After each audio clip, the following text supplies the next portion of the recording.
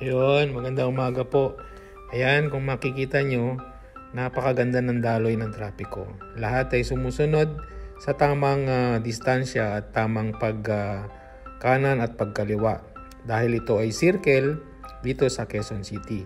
So may konting kabagalan pero maayos naman kasi nagbibigayan ang mga driver na mababait. Bukod lang dito, ayan nag-hand signal siya. Nasa gitna pa yung nag-hand signal.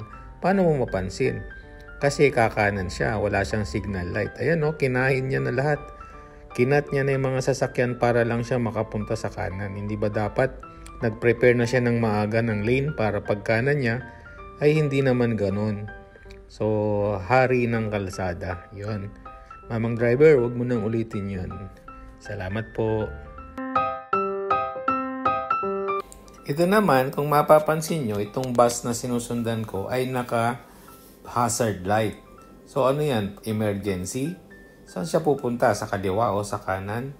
So yung mga sumusunod sa kanya, hindi na alam kung itong bus na to ay passenger bus, public vehicle ba to o private?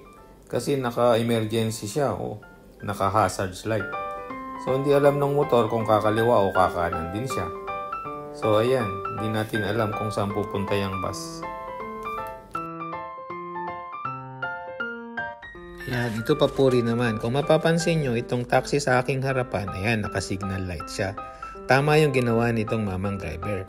So, tapos magpiprepare ulit siya at saka ulit siya kakaliwa. O, diba? Yan. Tama ka, mamang driver. Napakagaling mo. Pagpatuloy mo lang yan, mamang driver. Bago ka kakaliwa o kakanan, ang iyong signal light ay iyong ginagamit. Mabuhay ka, mamang taxi driver.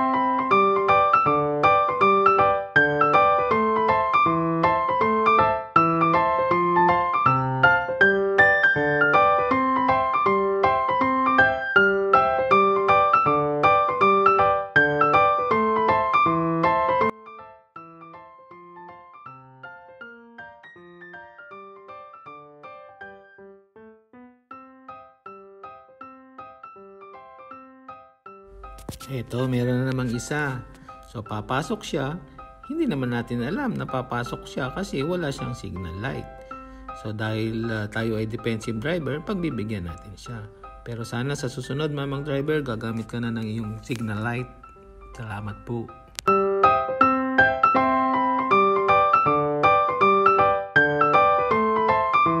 Yun, nandito na tayo, Universidad ng Pilipinas.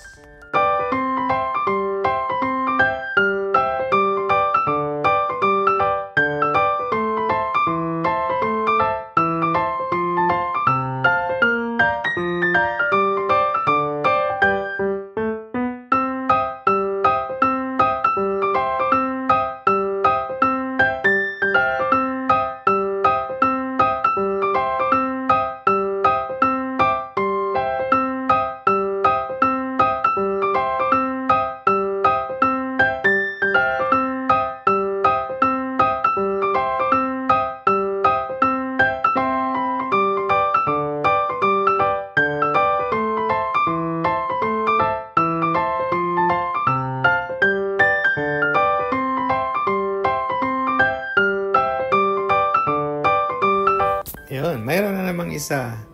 Hindi na naman siya gumamit ng kanyang flasher o signal light.